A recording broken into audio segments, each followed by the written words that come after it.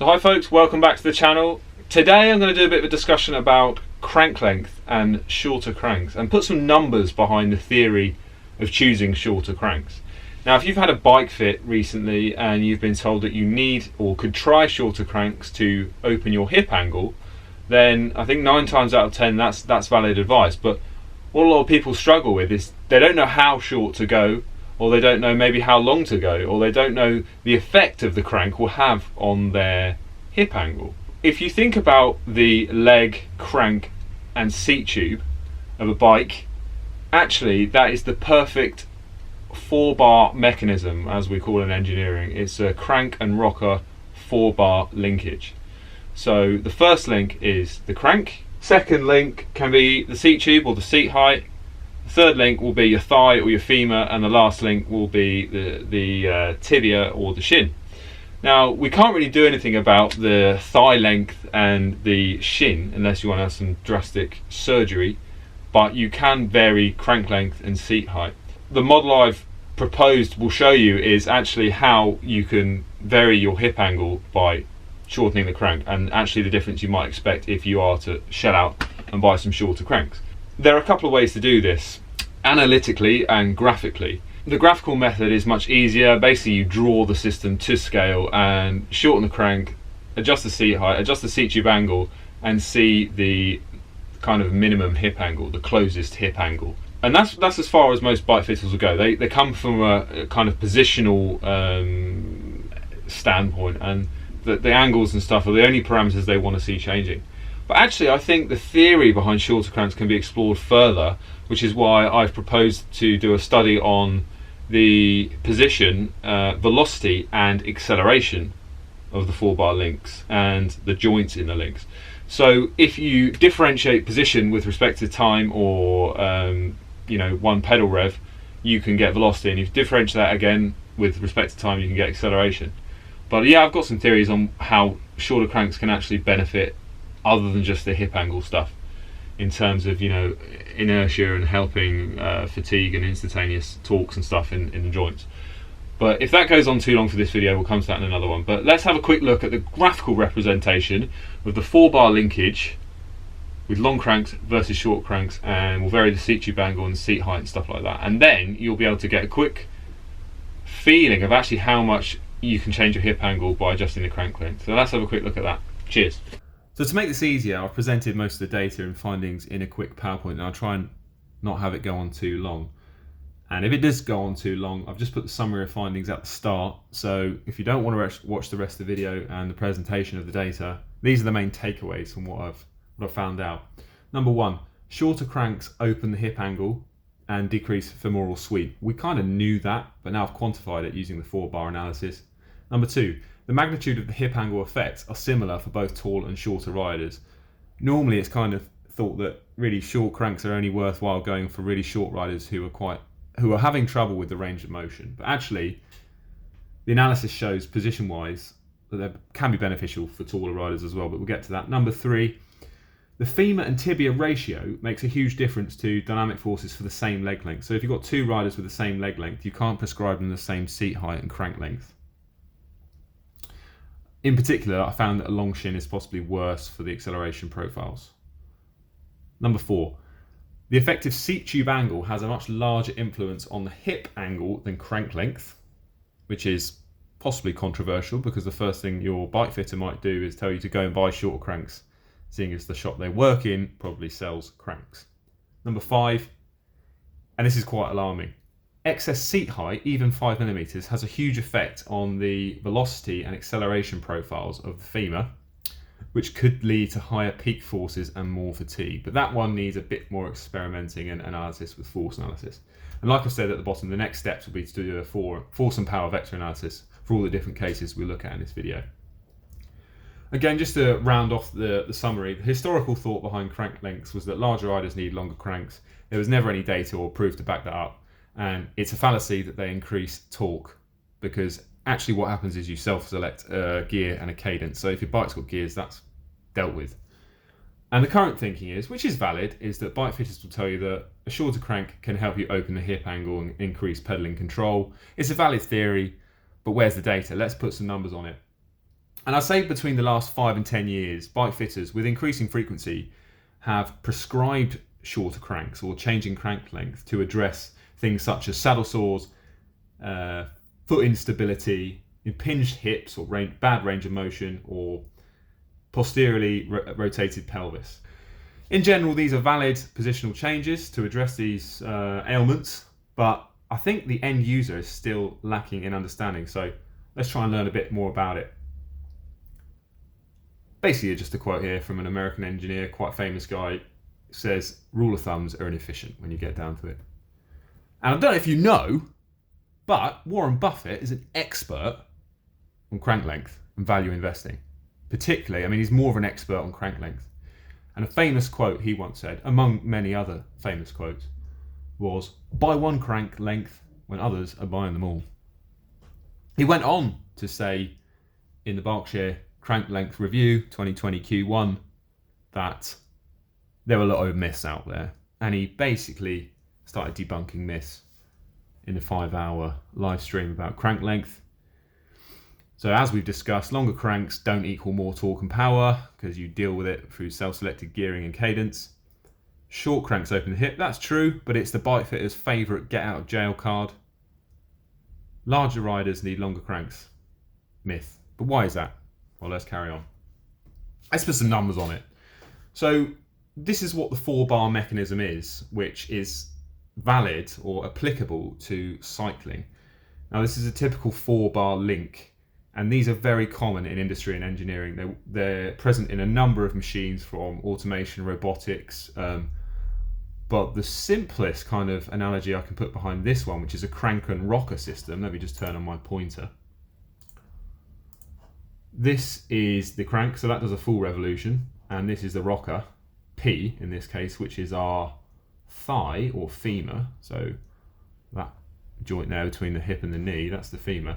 That is what we call the rocker. So that is a reciprocating motion. It goes back, forward, back, forward.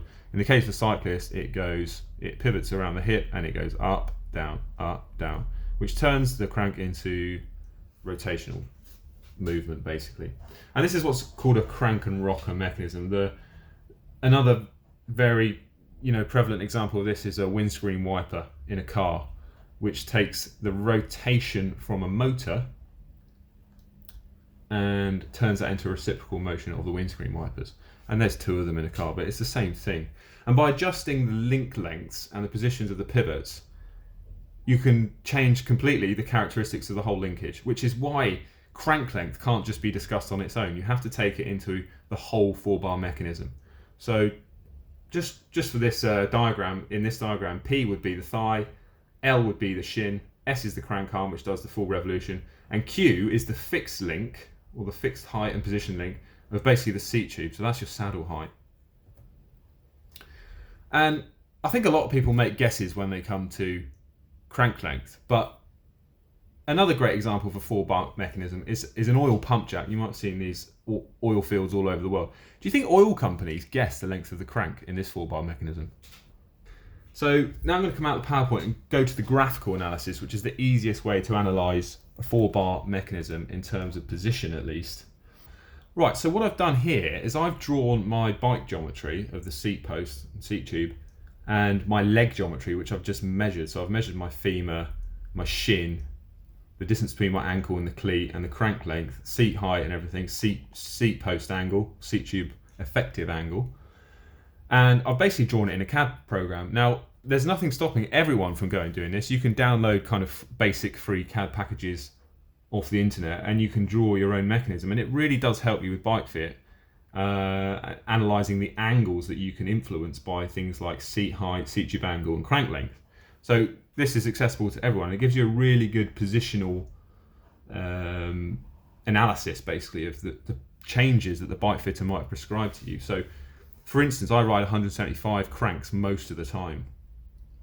And if I grab my foot, take it up to the top of the pedal stroke, I see that I can get the smallest hip angle between my femur and the horizontal.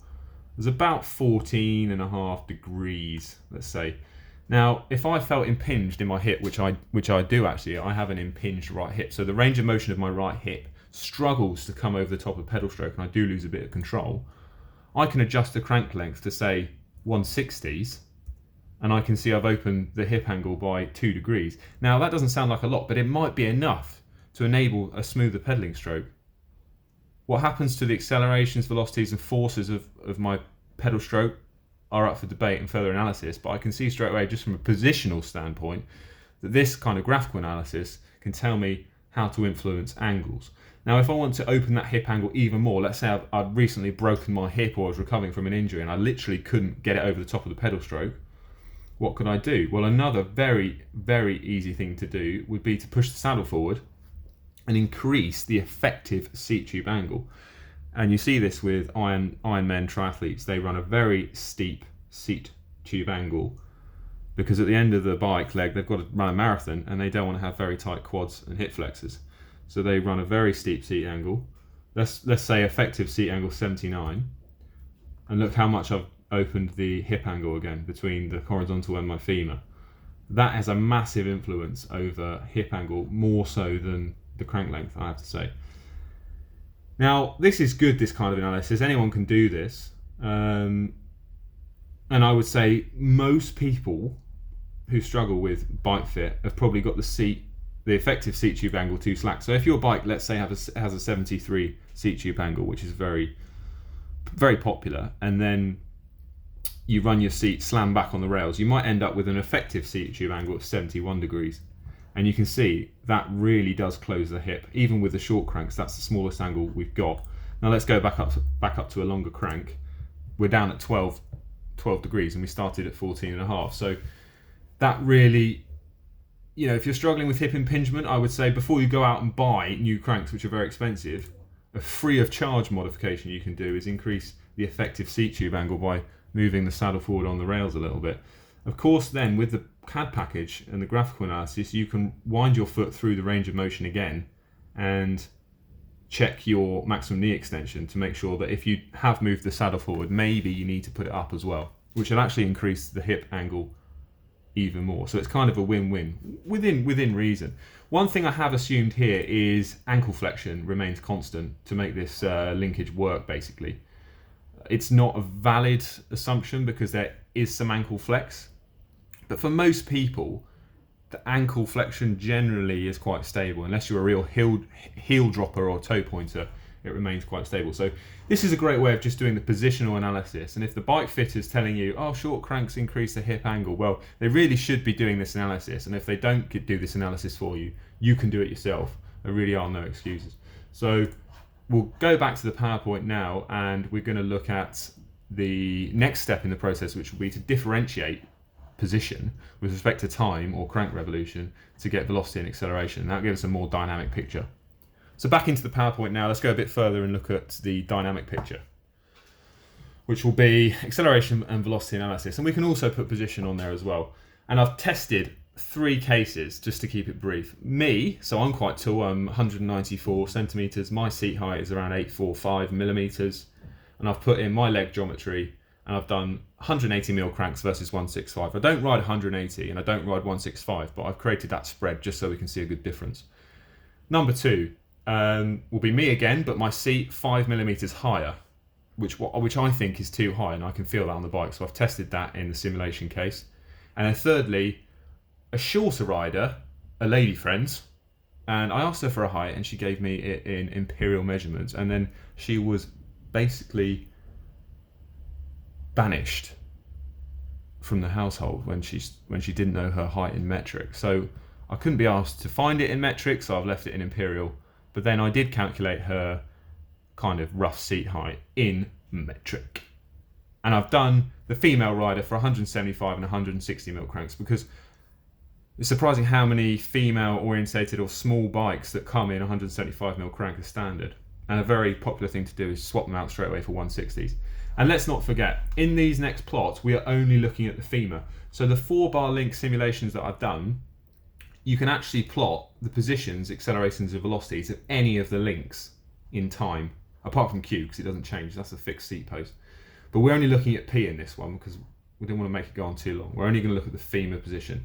The shin and the crank, well, the crank just goes round and round, so that's not too important. But the other analysis we could have done would be to look at L, but I can do that some other time. So let's get into the results. First of all, this is a positional plot. So going back to the graphical analysis that we did in the CAD program, this is a graphical plot over one crank cycle. So if the crank turns once from 12 o'clock to 12 o'clock, this is the kind of motion profile we get in position only. So it doesn't say anything about speed or acceleration. And we can see the grey line is the shorter crank. This is my seat height, my leg. Difference is about 53 degrees of femur sweep for the long cranks and about 45 total sweep for the shorter cranks. So not only am I opening the smallest hip angle at top dead center, I'm actually asking my femur to go through a smaller range of motion. Is that good for a bigger guy?